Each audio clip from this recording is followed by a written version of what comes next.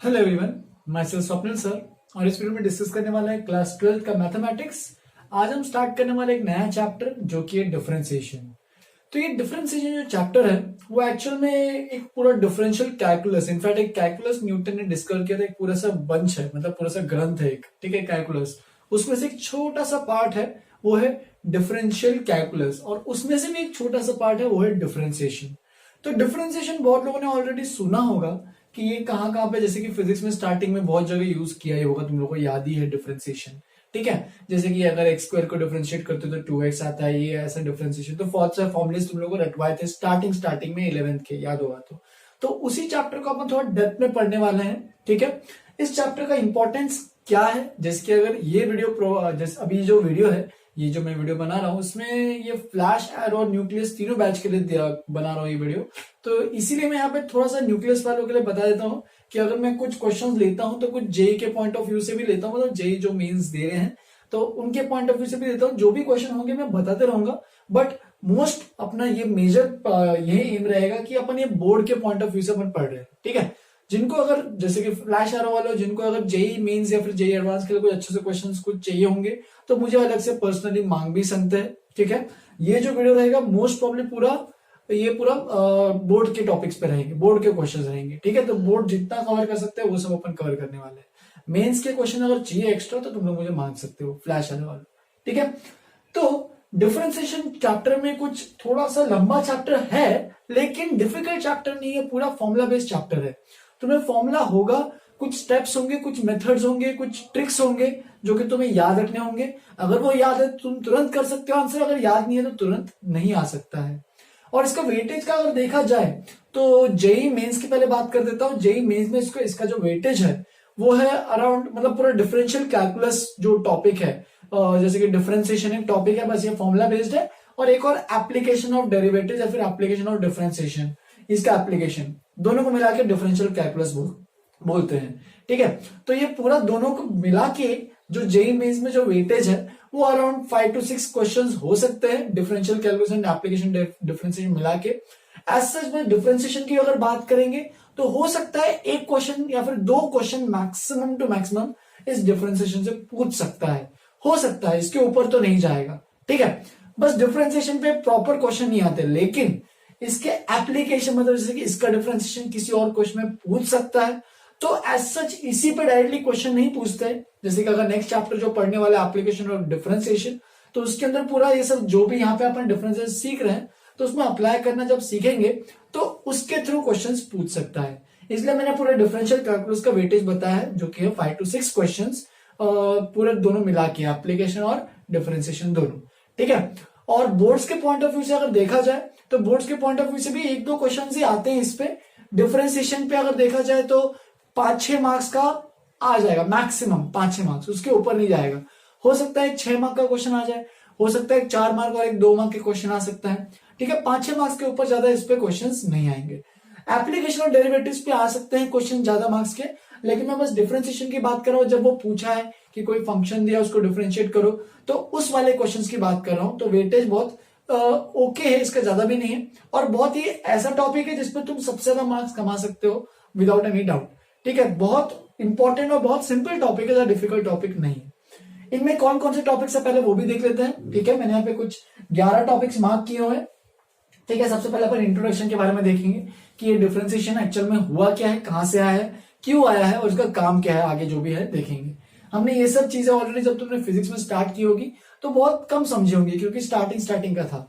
अब मैं थोड़ा सा डेप्थ में जाकर समझाऊंगा कि ये सब क्या है, डिफरेंशिएशन क्यों एक्स स्क्वायर का डिफरेंशिएशन 2x है, डिफरेंशिएशन का मीनिंग क्या है, ज्योमेट्रिकल मीनिंग क्या है, ग्राफ में बनाते तो वो क्या दिख रहा है, ज्योमेट्रिकल मीनिंग मतलब उसका रिप्रेजेंट क्या करता है, ठीक है। डिफरेंशिएशन आफ्टर ऑल है क्या, तो वो सब चीजें आज अपन कवर करने वाले हैं। फिर उसके बाद नेक्स्ट क्लासेस में ये सब आगे बढ़ने वाले हैं।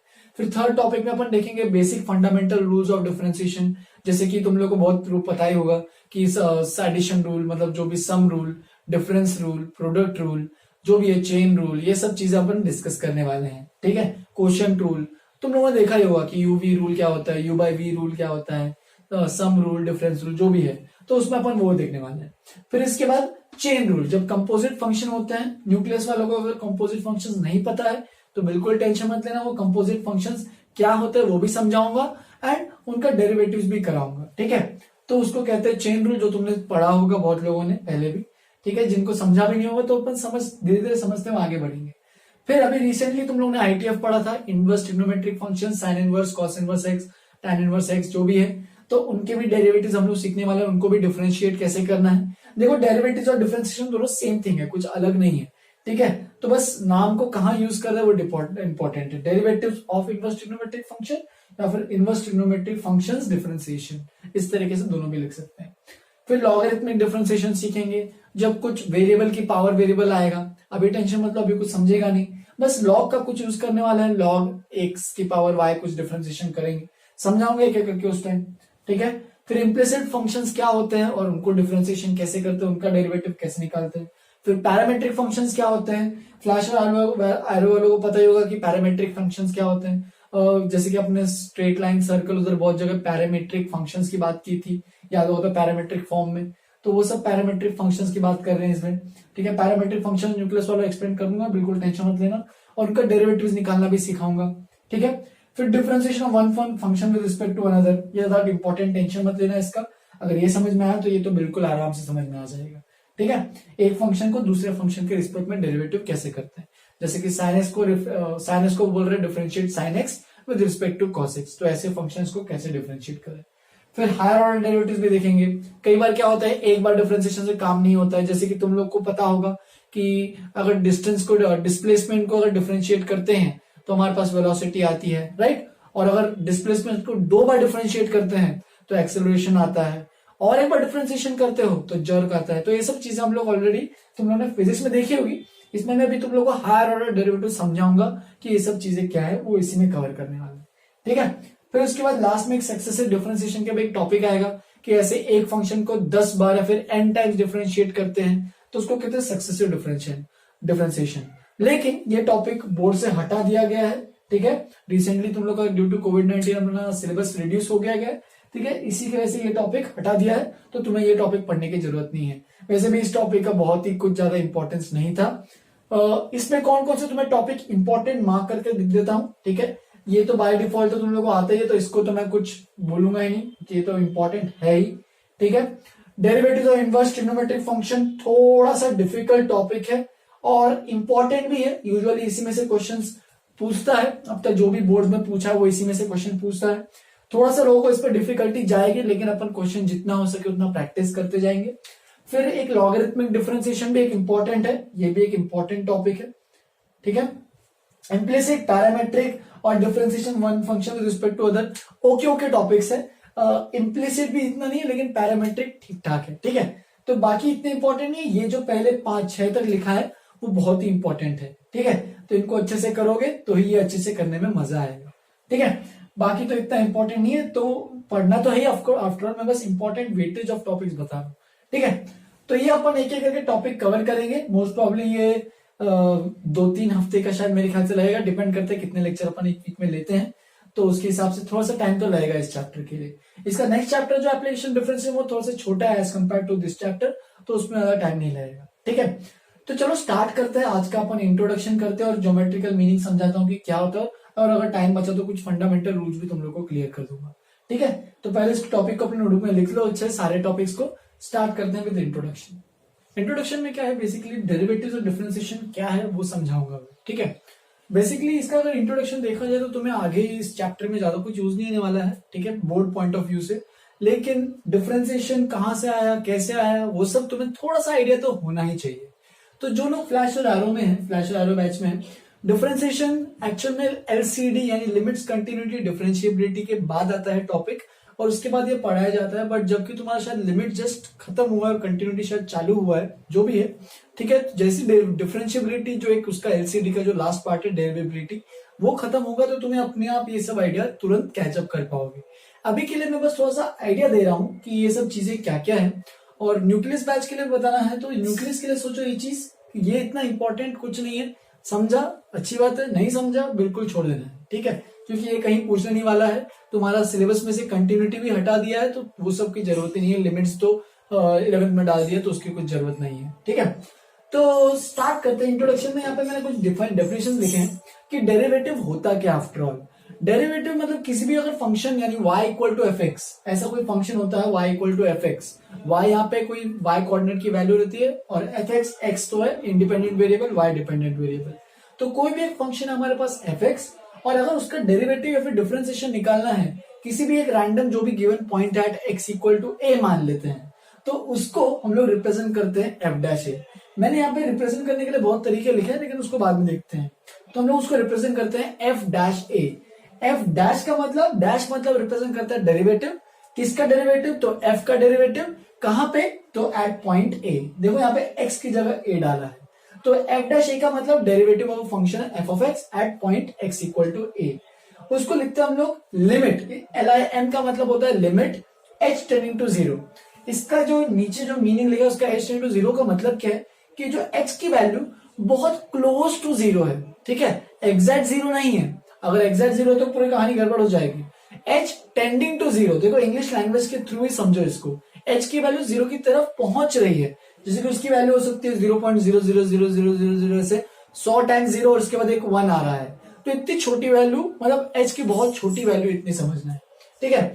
तो ये लिमिट मतलब वो उसका लिखने का तरीका होता है, बस एच टेंड टू जीरो नहीं लिखते अपन, हम लिखते हैं limit h tend to zero. यहाँ पे एच क्या है, तो मैंने क्या किया पे F of A plus H. Function में एक्स की जगह ए प्लस एच वैल्यू पुट की है और उसको माइनस किया है ए के एफ ऑफ ए के साथ। इसको माइनस करके अपॉन अगर एच करते हो तो ये पूरी जो क्वांटिटी है वो रिप्रेजेंट करता है एफ डैश ए। अब अगर यहाँ पे एक्स इक्वल टू ए अगर मुझे कोई जनरल फॉर्मूला बनाना है, जैसे कि बहुत लोगों को तो याद होगा ही, मैं एक बार वापस से बता देता हूँ कि एक्स स्क्वायर का अगर डिफरेंशिएशन जो 2x होता है तो लोगों को पता होता है कि 2x है, तो वो सब मतलब जैसे कि पूरे फंक्शन का डिफरेंशिएशन ही सेम आ रहा है, तो इसलिए पूरे फंक्शन का अगर derivative of f of x at any point x, कोई भी रैंडम पॉइंट अगर एक्स लेते हैं, बस यहाँ पे मैं ए की जगह क्या रिप्लेस करूंगा, एक्स रिप्लेस करूंगा।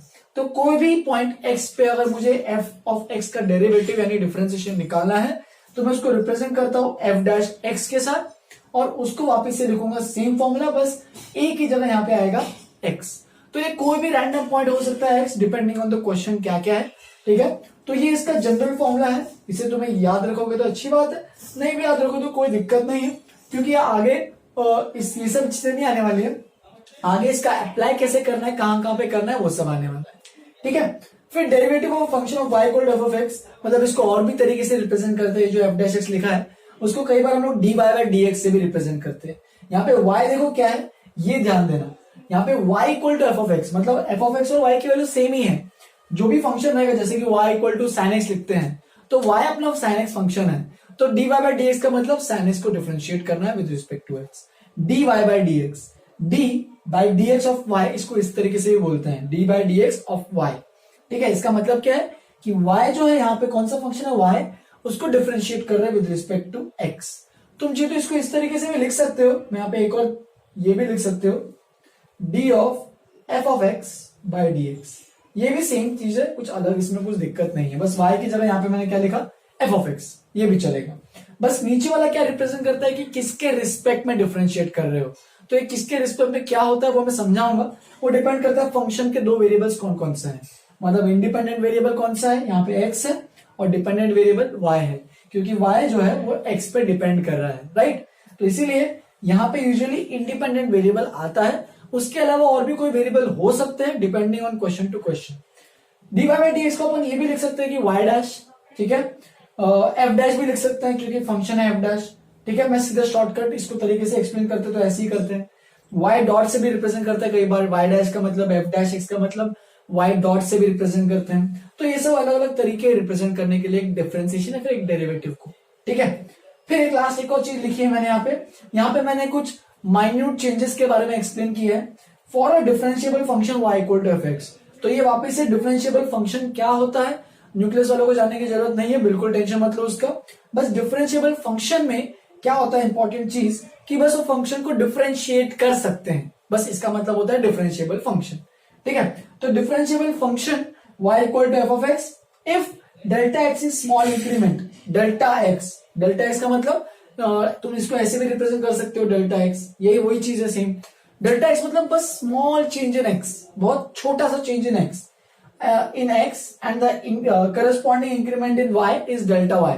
तो y में भी कुछ करस्पॉन्डिंग इंक्रीमेंट हो रहा है और x में भी कुछ करस्पॉन्डिंग इंक्रीमेंट हो रहा है। कौन से फंक्शन का? y equal to F of X, जहां पे x इंडिपेंडेंट है और y डिपेंडेंट है। तो डेल्टा x और डेल्टा y, अगर मैं इसका रेशियो लेता हूं कि delta y upon delta x, और यहां पे मैं ये लिमिट लगाता हूं कि नीचे वाली वैल्यू टेंडिंग टू जीरो जा रही है, तो हम लोग इसको रिप्रेजेंट कर सकते हैं dy बाई dx के साथ। इसका हम लोग को अप्रोक्सीमेशन जब लोग नेक्स्ट चैप्टर पढ़ोगे एप्लीकेशन ऑफ डेरिवेटिव्स, उसमें थोड़ी जगह यूज आने वाला है, उसमें मैं तुम लोगों को एक्सप्लेन करूंगा, तो ये तुम्हें याद रखना है, ठीक है। अगर dy बाई dx निकालना है तो तुम कुछ changes in y and changes in x से भी रिप्रेजेंट कर सकते हो।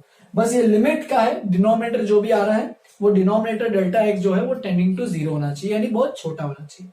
तो ये बेसिक आइडिया है डेरिवेटिव्स और डिफरेंशिएशन का मतलब क्या होता है, ठीक है।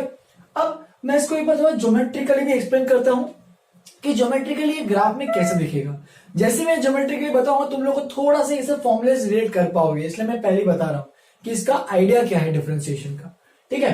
तो चलो स्टार्ट करते हैं। मैंने यहाँ पे कोई फंक्शन लिया है, देखो ये ब्लैक वाली जो कर्व है वो है हमारे पास y equal to F X है, तो कर्व हमारे पास है y equal to F X, ठीक है। फिर देखो यहाँ पे मैंने कर्व पे दो पॉइंट्स लिए हैं, एक पॉइंट P है एंड एक पॉइंट Q है। तो P पॉइंट मैंने माना है कुछ A पॉइंट पे, x की जगह देखो ये x एक्सिस और ये y एक्सिस, तो इसका पॉइंट है A, और A पे वैल्यू अगर फंक्शन है तो यहाँ पे सपोज होता है y equal to X square, तो यहाँ पे अगर A सपोज 1 होता, 1 पुट करते तो 1 स्क्वायर यहाँ पे आती वैल्यू, जो भी है फंक्शन में जो भी वैल्यू आ रही है वो इधर डायरेक्टली लिखोगे। x की जगह A पुट करेंगे तो ये वैल्यू आएगी f ऑफ A, तो वो पॉइंट हो जाएगा a f of a। Similarly अगर q पॉइंट निकालना है तो q पॉइंट कहां पे आ रहा है, देखो a प्लस h पे आ रहा है, a प्लस h पे अगर आ रहा है, देखो यहाँ पे a प्लस h कोऑर्डिनेट है, तो y कोऑर्डिनेट क्या आएगा, f of a plus h, ठीक है। अब एक चीज इंपॉर्टेंट है जो कि न्यूक्लियस वालों को भी बैच को पता होगा, फ्लैश वालों को भी आइडिया तो होगा ही उनको, कि अगर मैंने यहाँ पे p और q को लाइन को ज्वाइन किया, ठीक है, p और q दो लाइन है, उनको अगर ज्वाइन किया और इस PQ लाइन का अगर मैं स्लोप निकालता हूं, स्लोप ऑफ इस PQ लाइन को यूजुअली हम लोग सीकेंट भी बोलते हैं, तो स्लोप ऑफ सीकेंट PQ, तो अगर स्लोप निकालता हूं तो स्लोप कैसे निकालते हैं, अगर x1 y1 ये पॉइंट और x2 y2 ये पॉइंट है, तो स्लोप निकालने के लिए तुम लोग को मैंने एक बार बताया भी था, y2 minus y1 upon x2 minus x1 करो, पता ही होगा बहुत लोगों को, ठीक है। ये स्लोप होता है, स्लोप मतलब वो कितना इंक्लाइंड है वो सब ये बात करने के लिए होती है स्लोप। तो स्लोप ऑफ सीकेंट अगर निकालते हैं, चलो, तो y2 माइनस y1, तो ये बन जाएगा f of a plus h minus f of a, ये y2 ये y1, और x2 माइनस x1 भी करो फिर, तो ये बन जाएगा a plus h minus a, यहाँ पे a और a कैंसिल हो जाएगा, तो slope of PQ short form में लिख रहा हूं, ये बन जाएगा f of a plus h minus f of a upon नीचे में बचा h, तो ये आ गया स्लोप ऑफ PQ, ठीक है। लेकिन मुझे स्लोप ऑफ PQ नहीं चाहिए। अब मैं ध्यान दे रहा हूं, ये बहुत ही इंपॉर्टेंट चीज मैं बताने जाने वाला हूं। ये देखो यहाँ पे और यहाँ पे ये देखो ऑलमोस्ट सेम दिख रहा है, लेकिन यहाँ पे एक एक्स्ट्रा चीज है, लिमिट एक्स्ट्रा चीज क्या है, वो limit h tending to zero, तो h को बहुत छोटा करना है। अब थोड़ा सा दिमाग दौड़ाओ, अपने यहाँ पे सोचो कि h अगर जब बहुत छोटा हो रहा है, यानी h की वैल्यू बहुत छोटी हो रही है, h की वैल्यू टेंडिंग टू जीरो हो रही है, तो h की वैल्यू जब से छोटी होगी तो इसका मतलब क्या हो रहा है, ये तो फिक्स्ड है, h छोटा हो रहा है, तो ये जो पॉइंट है वो थोड़ा इधर आएगा, लेफ्ट में आते जाएगा, ये पॉइंट जो है थोड़ा लेफ्ट में आते जाएगा, यानी ये पॉइंट धीरे धीरे इस कर्व के पास में आते जाएगा। देखो सपोज मैंने यहाँ पे धीरे धीरे इधर आया तो इधर ये पॉइंट बन जाएगा, जितना मैं कम करते जाऊंगा एज को उतना ये पॉइंट पास में आते जाएगा, और उसी के हिसाब से उसके हिसाब से ये जो सीकेंट है उसका स्लोप चेंज होता जाएगा। ये देखो ध्यान से, ऐसे कुछ चेंज होता जाएगा। और अगर h की वैल्यू जो है उसको बहुत छोटा कर दूंगा, इतना छोटा कि तुम लोग उसको पहचान ही नहीं पाओगे, बहुत मतलब h की वैल्यू अगर सपोज लेते हैं 0.100 टाइम 0 ले लो, उसके बाद एक 1 ले लो, तो बहुत छोटी वैल्यू अगर करते हैं तो वो P एंड Q पॉइंट एक पॉइंट ऐसा आएगा कि P एंड Q पॉइंट एक साथ कोइंसाइड कर लेंगे, और कोइंसाइड अगर कर लेंगे तो वो जो लाइन बनेगा, वो जो यहाँ पे लाइन बनेगा वो कौन सी लाइन बनेगी, तो वो लाइन जो है ना वो टैंजेंट बन जाएगी इस कर्व की।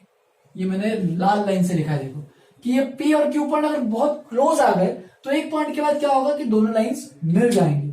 देखो यहाँ पे बना के एक बार दिखा देता हूं कि धीरे धीरे पास में आ रहा है, ठीक है, और पास में है, और पास में है, और पास में है, इस तरीके से धीरे धीरे पास में आते जा रहा है, और एक पॉइंट के बाद क्या हो जाएगा कि पी और क्यू दोनों एक दूसरे पे ओवरलैप कोइंसाइड कर लेंगे, और वो जो लाइन बनेगी पी क्यू वो क्या बन जाएगी, tangent to the curve at point P.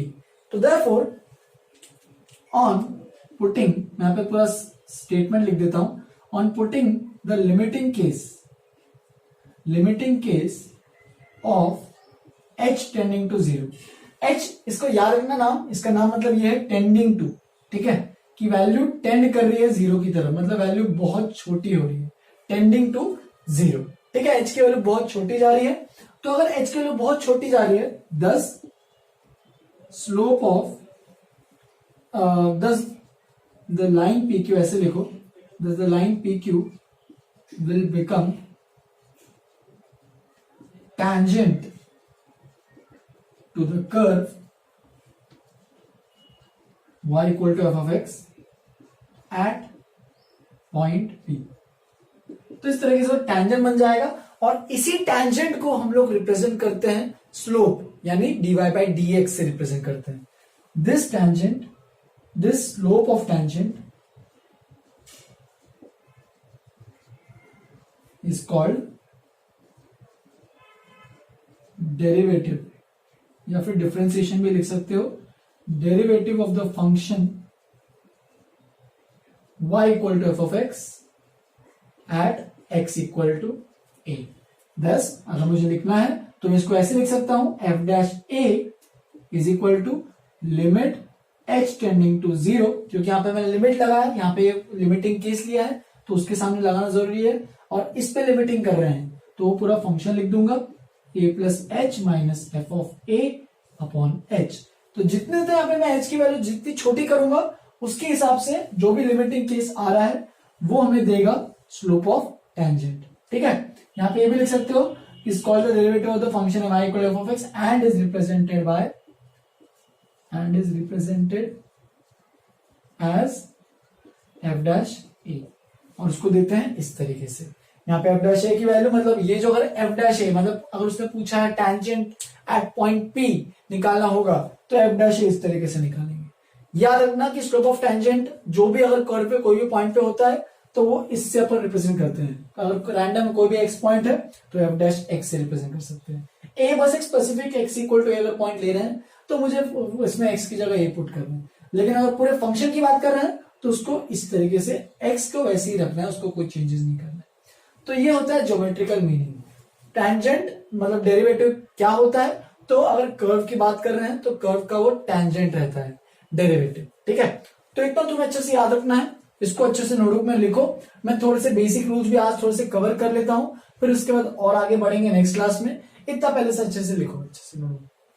चलो फिर आगे बढ़ते हैं। जैसा कि यहाँ पे मैंने कुछ यहाँ पे important rules and important differentiation के स्टैंडर्ड फॉर्म्स के लिखे मैंने यहाँ पे, तो ये तुम्हें तो पूरा याद रखना है। इनफैक्ट तुम लोगों को ये सब पता भी होगा, तुम लोगों ने फिजिक्स की स्टार्टिंग में ये सब इनका यूज बहुत जगह किया भी होगा और करते भी होगा अभी यूजुअली, ठीक है।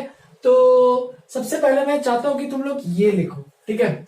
ये बेसिक स्टैंडर्ड फंक्शंस के कुछ डिफरेंशिएशंस है जो कि तुम्हें अच्छे से याद रखने हैं। ऑफकोर्स तुम सबको याद होगा ही, तभी मैंने यहाँ पे लिखे हैं। जैसे कि अभी कांस्टेंट, जैसे कि कोई भी वैल्यू आता है तो उसका डिफरेंशिएशन 0 होता है, तो ये सब तुम्हें चीजें पता होनी चाहिए। अब तुम लोग बोलोगे ये सब आया कहां से, तो बेसिकली मैंने तुम थोड़ी देर पहले तुम लोग को इंट्रोडक्शन में जब बताया था कि एफ डैश इसका डेफिनेशन क्या होता है, तो उसी से डेफिनेशन से ही आता है। वो एक लिमिट का करके फॉर्मूला दिया था, तो सारे फॉर्मूले जो है वो लिमिट से ही डिराइव हुए हैं। ये सब बेसिकली है क्या, ज्योमेट्रिकली अगर देखा जाए तो अगर हमारे पास कोई कर्व है एक्स स्क्वायर, ऐसा कुछ कर्व, क्वाड्रेटिक कर्व है, उस पर किसी भी पॉइंट पे अगर टैंजेंट का स्लोप अगर निकालना होता तो वो किससे रिप्रेजेंट करते हैं, D Y by D X या फिर एफ डैश एक्स से। तो बेसिकली ये स्लोप ऑफ टैंजेंट निकालने के लिए सबका जनरल फॉर्मूला है, ठीक है, जो कि तुम्हें ये सब याद रखने की जरूरत नहीं। इस चैप्टर में बस तुम्हें स्टार्टिंग का टॉपिक याद रखना है और उसको अप्लाई करते जाना है हर जगह। जैसे कि अगर कांस्टेंट फंक्शन आता है तो वो line parallel to X axis बनती है, राइट। कांस्टेंट फंक्शन मतलब जैसे कि y इक्वल टू, चलो 2 मान लो, 2 मतलब line parallel to X axis और उसके पॉइंट एट 2 से जाएगी, राइट। तो वो line parallel to X axis पर अगर कोई भी पॉइंट पर अगर टैंजेंट बनाते हो तो वो भी line parallel to X axis रहने वाली है, राइट। और अगर line parallel to X axis है तो उसका स्लोप क्या रहता है, उसका स्लोप रहता है 0। तुम्हें ये सब जानने की जरूरत नहीं है, बस सीधा तुम्हें याद रखना है कि अगर कांस्टेंट जैसे कि 5, 100, पाई जैसा भी हो, कांस्टेंट वैल्यू आ रही है अगर फंक्शन की, तो उसका अगर डिफरेंशिएशन करते तो 0 आएगा। फिर उसके बाद अगर x की पावर n, बहुत लोगों को तो ये अच्छे से याद होगा, nx की पावर n-1, यहाँ पे n जो है वो कांस्टेंट है और x वेरिएबल है। बहुत लोग यहाँ पे गड़बड़ क्या करते हैं कि यहाँ पे सपोज x क्यूब है तो x क्यूब को सही है 3x² लिख देते हैं, लेकिन लोग क्या करते हैं अगर 3 की पावर x आया तो देखो ये अलग चीज है। हमारे पास अगर x क्यूब है एंड 3 की पावर x, ये दोनों डिफरेंट चीजें हैं, तो इसमें ये वाला फॉर्मूला मत लगा देना। लोग क्या करते हैं 3 की पावर x में भी ये करते थे कि x 3 की पावर x-1 ये फॉर्मूला लगा देते हैं, जो कि पूरा गलत है। 3 की पावर x के लिए मैं आगे एक फॉर्मूला लिखा है, इसके जस्ट एडजेसेंट में ये वाला फॉर्मूला लिखा है। तो ये चीज और ये चीज अलग है, ध्यान देना। यहाँ पे पावर में जो है वो कांस्टेंट है, यहाँ पे बेस में कांस्टेंट है और पावर में वेरिएबल है। तो देख लेना दोनों अलग अलग चीजें हैं, मिक्स मत कर देना। तो अगर x की पावर n का अगर डिफरेंशिएशन करते हो तो हमारे पास आता है nx की पावर n-1। ठीक है, जैसे कि अगर x की पावर 4 का डिफरेंशिएशन करते हैं तो वो बन जाएगा 4x की पावर 4-1 तो 4x³। इसका डिफरेंशिएशन आएगा ये, ऐसे नहीं लिखना, इसको ऐसे लिखना d/dx जो भी है। एग्जांपल्स कराऊंगा नेक्स्ट स्लाइड पे, पहले इतना फटाफट कर लेते हैं। x की पावर -x अगर देखते हैं तो इसी फॉर्मूले से देखना है, कुछ गड़बड़ नहीं आएगी, सीधा सेम फॉर्मूला चेक करो। तो ये बन जाएगा -n, n की जगह -n, और x की पावर यहाँ पे -n-1। तुम चाहे इसको ऐसे भी लिख सकते हो -n/x की पावर n+1, क्योंकि पूरा माइनस मैंने कॉमन ले लिया, उसको डिनोमिनेटर में भेज दिया। ये भी याद रखोगे, देखो ये मैंने थर्ड फोर्थ ये दोनों फॉर्मूले जो लिखे हैं वो तुम्हें याद रखोगे तो अच्छी बात है, एग्जाम में तुरंत आ जाएंगे। लेकिन ये थर्ड और फोर्थ दोनों सेकंड से ही डिराइव हुए हैं, तो इसमें कोई दिक्कत नहीं है। जैसे कि देखो यहाँ पे n की जगह हाफ पुट करो तो क्या बनेगा, हाफ x की पावर ½ तो -½ बन जाएगा।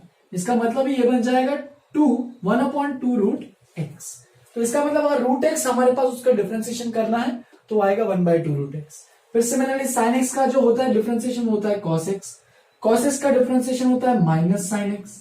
ठीक है, tan x का होता है sec²x, cosec x का होता है -cosec x cot x। ठीक है, फिर sec x का होता है sec x tan x, ये सब तुम्हें याद रखना है। ठीक है, और cot x का होता है -cosec²x। तो इस तरीके से सारे फॉर्मुलेज हैं जो तुम्हें याद रखने हैं। ध्यान देना, जिसमें भी देखो ये याद कैसे रखोगे, माइनस किस में, जिसमें भी सी दिख रहा है ना, कॉस कोसेक कॉट, उसमें याद रखना कि माइनस साइन से खुलेगा। बस साइन का कॉस है, कॉस का साइन है, टैन का sec² है, कॉट का cosec² है, बस माइनस के साथ है, सेक का sec x tan x plus है, और कोसेक का cosec x cot x। तो ये फॉर्मुले तुम्हें अच्छे से याद रखना है, बहुत इंपॉर्टेंट चीज है, याद होंगे भी बहुत लोग। फिर e की पावर x एक ऐसा फंक्शन है जिसका डिफरेंशिएशन करने पे वापस से सेम रहता है e की पावर x। e यहाँ पे लॉगरिथम में यूज करते हैं, e की वैल्यू 2.7128 ऐसा कुछ आसपास होती है, तो उतना दिमाग मत लगाओ। बस अगर e की पावर x आता है, e यहाँ पे कांस्टेंट है, x वेरिएबल है, तो उसका डिफरेंशिएशन e की पावर x। सिमिलरली अगर x की a की पावर x आता है तो उसको, जैसे कि a की वैल्यू कुछ भी हो सकती है 100 की पावर x, अगर उसका डिफरेंशिएशन करना है तो a की पावर x और एक और log a आएगा, log m। और यहाँ पे बेस जो होता है वो e, मतलब ये जो ऊपर में e लिखा है वो लिख सकते हो, या फिर अगर नहीं भी लिखा है इसका मतलब तुम्हें बेस मानना है उसका e है। ठीक है, लॉगरिथमिक वैल्यू आएगी कुछ। और जैसे कि अगर एग्जांपल देखा जाए यहाँ पे 3 की पावर x, तो 3 की पावर इसका डिफरेंशिएशन क्या आएगा, देख 3 की पावर x तो आएगा ही, और एक और log 3 भी आने वाला है, तो ये बिल्कुल भूलना नहीं है। ठीक है, e की पावर इसका e की पावर x, a की पावर इसका a की पावर x log a। ठीक है, फिर log x का बहुत क्लासिक फंक्शन है जो तुम्हें याद रखना है, log x का डिफरेंशिएशन होता है 1/x। log x अगर आता है तो उसको log x बेस e लिखो। अभी थोड़ी देर पहले बताया कि बेस में अगर कुछ नहीं लिखा है तो e मानना है, तो log x बेस e का differentiation log x base e का डिफरेंशिएशन 1/x। जैसे कि अगर ये तो फॉर्मूला है, आगे बढ़ते हैं। log x बेस a, अगर बेस में कुछ नहीं लिखा, मतलब बेस में कुछ लिखा है 2 या 3 या 4 या कुछ कांस्टेंट वैल्यू दी है 100, पॉजिटिव कुछ रियल नंबर होना चाहिए। जैसे कि अगर log x बेस 100 है तो उसका डिफरेंशिएशन करते हो तो तुम्हें यहाँ पे क्या करना है, इसको तुम्हें सेम यहाँ पे 1/x तो लिखना ही है, एंड इसके अलावा तुम्हें नीचे में एक और log a भी डालना है। ठीक है, इस log a को भूलना नहीं है। ठीक है, तुम चाहे तो इसको ऐसे भी लिख सकते हो 1/x log a base e, base में कुछ लिखा नहीं, इसका मतलब वही सेम चीज है a बेस e। ठीक है, चलो, तो ये है स्टैंडर्ड फंक्शंस का डिफरेंशिएशन, जिनको डेरिवेटिव्स तुम्हें अच्छे से याद रखना है, इसको अच्छे से लिखना। फिर इसके बाद मैं लिखाऊंगा तुम लोगों को, तुम्हें लिखना है फंडामेंटल रूल्स ऑफ डिफरेंशिएशन। ठीक है, इसमें मैंने बेसिक रूल्स कवर किए हैं जो कि तुम लोगों ने ऑलरेडी पढ़े होंगे, तो मैं एक बार बता देता हूं कि अगर देखो ये तो हमें पता है कि साइन एक्स का ये है, कॉस एक्स का ये है। हो सकता है कभी क्वेश्चन में आए y equal to sine X plus cos x, तो दो फंक्शंस का सम अगर होता है, जैसे कि y इक्वल टू अगर एक फंक्शन u है एक फंक्शन v है और u एंड v दोनों डिफरेंशिएबल फंक्शंस है।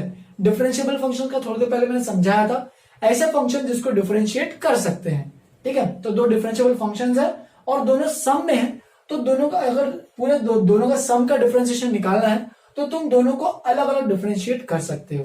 फॉर एग्जाम्पल अगर sine X plus cos x का डिफरेंशिएशन अगर निकालना है, मतलब y equal to sine X है प्लस कॉस एक्स है, ठीक है, sine X plus cos x, तो साइन एक्स का अलग निकालो तो कॉस एक्स और कॉस एक्स का अलग निकालो तो माइनस साइन एक्स। तो sine X plus cos x का डिफरेंशिएशन करते हो तो cos X minus sine x आता है। तो यही एक्सप्लेन कर रहा है वो। अगर सम रूल है तो दोनों को अलग अलग डिफरेंशिएट करो। y डैश आएगा हमारे पास u dash plus v dash. Similar difference में भी अलग अलग करके डिफरेंशिएट करो, u dash minus v dash. यहाँ पे दो इंपॉर्टेंट चीजें हैं, प्रोडक्ट रूल और कोशेंट रूल, जो कि तुम्हें याद रखना है। क्या है इसमें इंपॉर्टेंट? कांस्टेंट रूल में क्या है, प्रोडक्ट रूल में क्या है? प्रोडक्ट रूल में यहाँ पे अगर दो चीजें फंक्शन में है तो ये मत कर देना कि y dash equal to u dash v dash. अगर sine x into cos x ऐसे दो फंक्शंस दिए हैं, ठीक है, sine x into cos x, तो इसका डिफरेंशिएशन ये मत कर देना कि सीधा साइन एक्स का डिफरेंशिएशन इंटू कॉस एक्स का डिफरेंस, गलत। उसके लिए फॉर्मूला क्या है कि पहले जो भी u लिखा है उसको लिखोगे और फिर v का डिफरेंशिएशन यानी कॉस एक्स का डिफरेंशिएशन।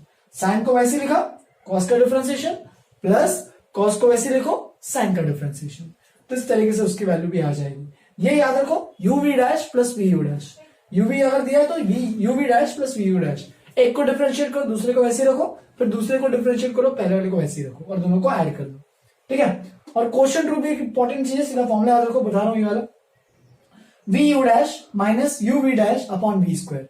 u बाई v का क्वेश्चन रूल कहते हैं इसे।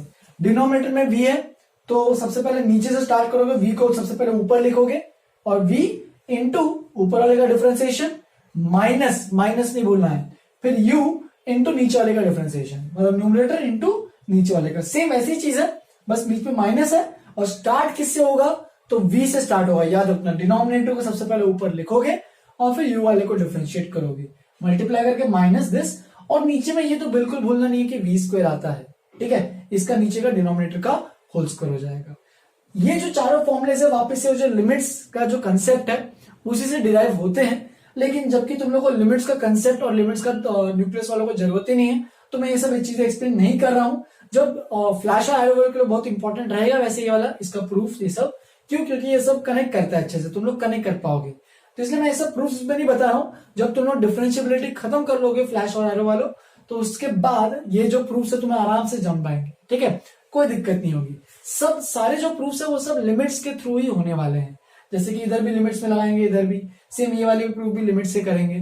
तो वो प्रूफ एक बार तुम लोग का लिमिट्स एलसीडी पूरा हो जाए, तुम चीजें मुझसे भी पूछ सकते हो, फिर एनआई के साथ जब डिफरेंशिएबिलिटी एंड करेंगे उस टाइम भी तुम लोग मुझसे बात कर सकते हो इसके बारे में, ठीक है। अभी के लिए कुछ प्रूफ नहीं है, पूरा चैप्टर डिफरेंशिएशन पे बेस्ड है, तो पूरा चैप्टर बस फॉर्मुला बेस्ड है, क्लियर फॉर्मुला बेस्ड है कि ये फॉर्मुला है इसका, ये इसका फॉर्मुला है, ये रूल है, ये 4 रूल्स दिए हैं। एक और मैं यहाँ पे रूल लिखा देता हूँ जो कि मुझे इतना इंपॉर्टेंट नहीं लगता, तो ये बताना चाहिए, मैं चाहिए तो 5th में डाल देता हूँ, कांस्टेंट रूल करके, ठीक है। कांस्टेंट रूल में क्या है कि किसी भी फंक्शन में अगर हमारे पास y इक्वल टू सपोज कोई c इंटू यू, ऐसा कोई फंक्शन आता है जहां पे c इज कांस्टेंट, जैसे कि अगर 2 into 3, 4 into 2 into x cube, ऐसा कुछ फंक्शन आता है, तो कांस्टेंट को जब डिफरेंशिएट कर रहे हो तो उसको बाहर ले सकते हो, जैसे कि ये c इंटू यू डैश बन जाएगा, कांस्टेंट को बाहर ले सकते हो। इसलिए मैं यहाँ पे कांस्टेंट रूल इसको नाम से बोला है मैंने, कांस्टेंट को तुम डिफरेंशिएशन से बाहर ले सकते हो, ठीक है। जैसे कि अगर यहाँ पे आ रहा है हमारे पास 3 इंटू एक्स की पावर n, तो 3 को बाहर ले लो और फिर एक्स की पावर n का डिफरेंशिएशन एन एक्स की पावर n माइनस 1, ठीक है। तुम चाहिए तो ये जो रूल है एक्चुअल में प्रोडक्ट रूल से भी देख सकते हो। देखो यहाँ पे u v डैश, अगर यहाँ पे u की जगह कांस्टेंट हो गया तो ये चलो u ये c ले लो और ये v रख दो, चलेगा, c इंटू वी कर रहे हैं, c कांस्टेंट है, तो अगर u कांस्टेंट है तो c वैसे का वैसे ही, और फिर जब c u जो कांस्टेंट है c उसको डिफरेंशिएट करोगे तो 0 आने वाला है, तो ये वाला टर्म पूरा 0 हो जाएगा और बचेगा ये वाला टर्म, तो ये हो जाएगा c into D V by D X. तो देख सकते हो c कॉमन आ रहा है और अंदर वाले का डिफरेंशिएशन। तो सिर्फ प्रोडक्ट रूल से डिराइव हुआ है, लेकिन इसको अलग रूल ट्रीट कर सकते हैं, ठीक है। तो ये जो जितना मैंने लिखा है इसको नोटबुक में अच्छे से लिखो फर्स्ट ऑफ ऑल। इसके कुछ एग्जांपल्स भी करते हैं, उसके बाद मैं खत्म करूंगा आज के लिए पूरा टॉपिक। चलो फिर मैंने यहाँ पे कुछ एग्जांपल्स लिखे, फटाफट इसको कवर करते हैं और फिर खत्म करते हैं आज के लिए, ठीक है। तो यहाँ पे कुछ डेरिवेटिव्स लिखे मैंने, कुछ 9-10 क्वेश्चन लिखे हैं, उन सबको एक करके डिस्कस करते हैं। तो सबके डेरिवेटिव्स निकालने हैं, तो लिखना कैसे है, y इक्वल टू एक्स की पावर -10 दिया तो सीधा फॉर्मूला लिखोगे, dy बाई dx क्या हो जाएगा, n यानी n तो -10 है, तो -10 x की पावर -10 -1 n x की पावर n-1, तो ये बन जाएगा -10 x की पावर -11। तुम चाहे इसको ऐसे भी लिख सकते हो -10 अपॉन x की पावर 11, हो गया। तो इस तरीके से इसका डिफरेंशिएशन। फिर इसके बाद अगर y equal to x sin x भी है, तो देख सकते हो यहाँ पे दो फंक्शंस है। देखो हमेशा एनालाइज तुम्हें करना है, ये पहला फंक्शन है, ये दूसरा फंक्शन है, तो तुम्हें देखना है। तो ये प्रोडक्ट रूल लगाओगे, सबसे पहले x को वैसे ही रखो, फिर d by D x of sine x करोगे, मतलब साइन एक्स को डिफरेंशिएट करोगे, फिर प्लस यूवी रूल है प्रोडक्ट रूल, फिर ये साइन एक्स को वैसे ही रखोगे और D by D x of x, इस तरीके से इसको डिफरेंशिएट करोगे, ठीक है। तो x साइन एक्स का डिफरेंशिएशन तुम्हें पता ही है, cos x अभी स्टैंडर्ड फॉर्म था, प्लस साइन एक्स को वैसे ही रखो, और x का डिफरेंशिएशन तो 1 ही रहने वाला है, क्योंकि अगर x की पावर 1, तो अगर सॉल्व करते हो उसको यानी x के पावर n के फॉर्मूले से, तो n तो 1 है, तो 1 x की पावर 1 माइनस 1, तो 1 x की पावर 0, यानी वो 1 ही बन जाएगा। तो ये तो 1 होने वाला है, इसको मैं हटा रहा हूं, और ये बस बच जाएगा साइन एक्स, तो x cos x plus sine x. इस तरीके से फटाफट निकालते जा सकते हो तुम लोग भी, डी बाई डी एक्स, तो ये बन जाएगा tan x plus sec x है, तो दोनों को अलग अलग डिफरेंशिएट करो, तो D by D x of पहले tan x और फिर d by D x of sec x, तो इस तरीके से अलग अलग करो, और दोनों के फॉर्मूले तुम लोग को याद होनी चाहिए। ये होगा sec स्क्वायर x, ये हो जाएगा sec x tan x, और अगर फाइनली अगर लिखना है तो तुम इस तरीके से sec x को कॉमन करके भी लिख सकते हो, sec x into sec x plus tan x, ठीक है। फिर यहाँ पे लिखा y equal to sign 2x। अब लोग यहाँ पे गलतियां क्या करते हैं कि साइन 2x को सीधा लिख देते हैं cos 2x, जो कि गलत है। इसके लिए मैं नेक्स्ट क्लास में समझाऊंगा कि चेन रूल नाम की एक नई चीज इंट्रोड्यूस करूंगा। तुम लोगों को पता ही होगा, बहुत लोगों को चेन रूल क्या होता है, लेकिन जिनको नहीं पता उनके लिए अच्छे से एक्सप्लेन करूंगा चेन रूल क्या होता है। अभी के लिए बिना चेन रूल के क्वेश्चन कैसे करोगे, तो साइन 2x का फॉर्मूला तुम्हें पता है, क्या पता है, 2 sin x cos x, right. अब यहाँ पे तुम लोग लगा सकते हो प्रोडक्ट रूल। प्रोडक्ट रूल लगाने से पहले डी बाई डी एक्स अगर देखोगे, तो यहाँ पे अगर देखोगे तो क्या मिलेगा, 2 कॉमन आ जाएगा, क्योंकि 2 कांस्टेंट है, सब में से कॉमन। अब बचेगा D by D x of sine x into cos x, right. तो ये बन जाएगा फाइनली 2 इंटू साइन एक्स को, देखो अभी प्रोडक्ट रूल है साइन एक्स और कॉस एक्स, तो क्या आएगा, साइन एक्स को वैसे ही रखो, छोड़ो, ठीक है। साइन एक्स क्या है, इसका u और ये v है, तो u इंटू वी डैश, देखो मैं अभी ओरली करने वाला हूं, u तो साइन एक्स को वैसे ही रहेगा, ठीक है। v डैश मतलब cos x का डिफरेंशिएशन, तो वो हो जाएगा माइनस साइन एक्स, राइट। फिर u v डैश हो गया प्लस v u डैश, तो cos x वैसे ही, और अगर साइन एक्स को डिफरेंशिएट करोगे तो ये क्या मिल जाएगा, साइन एक्स का डिफरेंशिएशन cos x।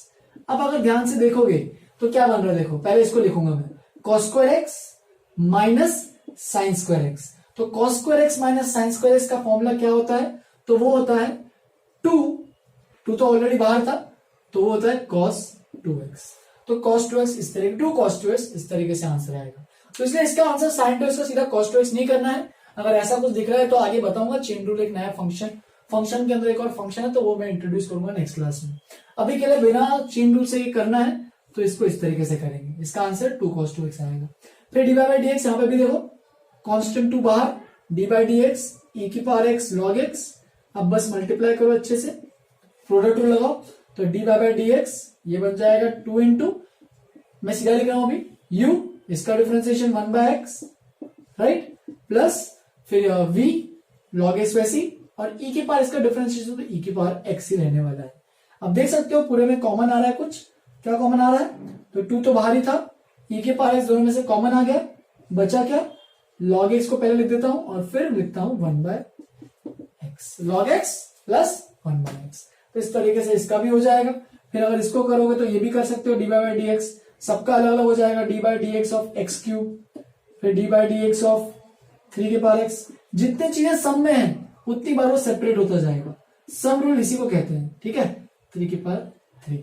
तो अब देखो एक्स क्यूब का डिफरेंशिएशन तो पता ही है, 3x स्क्वायर बन जाएगा, फिर 3 की पावर एक्स का बन जाएगा 3 की पावर एक्स लॉग 3, और 3 की पावर 3 क्या है 27, तो 27 एक कांस्टेंट है, तो उसका बन जाएगा 0, तो उसको हटाई दो सीधा, ये लिखो अपना आंसर। ठीक है, इस तरीके से फटाफट आंसर लिखना आना चाहिए। देख सकते हो अपॉन क्वेश्चन में जा रहा है, न्यूमरेटर डिनोमिनेटर दोनों में चीजें हैं। तो अगर इसको सॉल्व करेंगे तो क्वेश्चन टूल का यूज करते हैं, v तो e की पावर इसको वैसे ही लिखा। अब du बाई डी एक्स तो मैं ऊपर में लिखूंगा d by D x of sine x, right, v u dash minus u मतलब साइन एक्स है numerator, into D by D x of denominator क्या है e की पावर x। तो इस तरीके से अपना बन जाएगा न्यूमरेटर, और डिनोमिनेटर में तो लोग बताया था v स्क्वायर आता है, तो e की पावर x का होल स्क्वायर। और अगर फाइनल आंसर लिखना होगा तो फाइनल आंसर कैसे लिखोगे, तो वो आ जाएगा इस तरीके से, e की पावर x, साइन एक्स का डिफरेंशिएशन आएगा cos x, राइट, माइनस यहाँ पे भी साइन x, और यहाँ पे e की पावर x का डिफरेंशिएशन तो e की पावर x ही रहने वाला है, तो e की पावर x साइन x, और डिनोमिनेटर में आएगा e की पावर x का होल स्क्वायर, फिर e की पावर 2x भी लिख सकते हो, या फिर चलो e की पावर x का होल स्क्वायर लिखते हैं। अब देख सकते हो न्यूमरेटर न्यूमरेटर से e की पावर x कॉमन आ रहा है, तो ये कैंसिल हो जाएगा, और फाइनली आंसर जो बनेगा वो इस तरीके से बनेगा, dy by D X equal to, सीधा लिख रहा हूं मैं, e की पावर x नीचे वाले से कैंसिल हो जाएगा, और फाइनली आएगा cos x minus sine x upon एक e की पावर x डिनोमिनेटर में बचा रहेगा। तो इस तरीके से इसका आंसर। फाइनली ये वाला लास्ट क्वेश्चन कर लेते हैं। ठीक है, ये शायद नंबर ही गलत किया, 9th हो जाएगा चाहिए, 9th तक तुम्हारा होमवर्क रहेगा, तुम लोग आज मुझे करके बताओगे फाइनल आंसर इसका। बहुत सिंपल है, ज्यादा टाइम नहीं लगेगा। ठीक है, तो इसको भी करते चलो, थोड़ा सा बड़ा है तो ध्यान देना। v du by D X, तो न्यूमरेटर को पूरा अच्छे से करेंगे। ठीक है, फिर उसके बाद माइनस u, तो न्यूमरेटर को पूरा अच्छे से लिखेंगे वापस से, और dv बाई डी एक्स उसी में मल्टीप्लाई करो नीचे वाले को अभी, dv बाई डी एक्स, तो एक्स क्यूब का डिफरेंशिएशन, तो ये हो जाएगा न्यूमरेटर का काम, और डिनोमिनेटर में आएगा एक्स क्यूब का होल स्क्वायर। बस अब थोड़ा सा सॉल्व करो अच्छे से, थोड़ा अच्छे से टर्म्स कलेक्ट कर करके सॉल्व करना। dy बाई डी एक्स, तो ये एक्स क्यूब तो है ही वैसे का वैसे ही। अब देखो यहाँ पे डिफरेंस में है, तो डिफरेंस रूल लगाओगे कि पहले इसका डिफरेंशिएशन फिर दूसरे वाले का डिफरेंशिएशन। तो मैं सीधा लिख रहा हूं, 4 की पावर इसका डिफरेंशिएशन होता है 4 की पावर x log 4, राइट, फिर बीच में माइनस है, फिर कोसेक एक्स का डिफरेंशिएशन होता है minus cosec X cot X, लेकिन ऑलरेडी एक माइनस होने के कारण माइनस माइनस हो जाएगा प्लस, और ये बच जाएगा कोसेक एक्स कॉट एक्स। तो इस तरीके से इस ब्रैकेट का डिफरेंशिएशन मैंने लिख चुका हूं, उसके आगे का भी काम करते हैं। तो माइनस 4 की power x minus cosec x, ये ब्रैकेट का था, और एक्स क्यूब का डिफरेंशिएशन बन जाएगा 3x स्क्वायर, और नीचे में आएगा एक्स क्यूब का स्क्वायर जो कि है एक्स की पावर 6। ठीक है, अब देखो यहां से पूरे में से ये एक्स स्क्वायर कॉमन आ रहा है, तो एक्स क्यूब को ले लो कॉमन, फिर बचा क्या देखो न्यूमरेटर में। अब मैं यहाँ पे देखो सब में से एक्स स्क्वायर कॉमन आया, तो इसमें से एक एक्स बचेगा, एक एक्स को अंदर मल्टीप्लाई कर दो, तो देखो ऐसे कुछ बन जाएगा, x 4 की power x log 4 plus x cosec x cot x। ठीक है, एक x बच गया, अंदर दोनों को भेज दिया, और नीचे माइनस ओपन कर रहा हूं, यहां से एक्स स्क्वायर तो कॉमन आ गया था, बचा बस 3, तो 3 इंटू 4 की पावर x, ये एक बचा, और फिर माइनस माइनस प्लस, तो यहां पे नीचे लिख रहा हूं प्लस, तो ये 3 into cosec x, 3 cosec x. तो ये न्यूमरेटर का काम हो गया।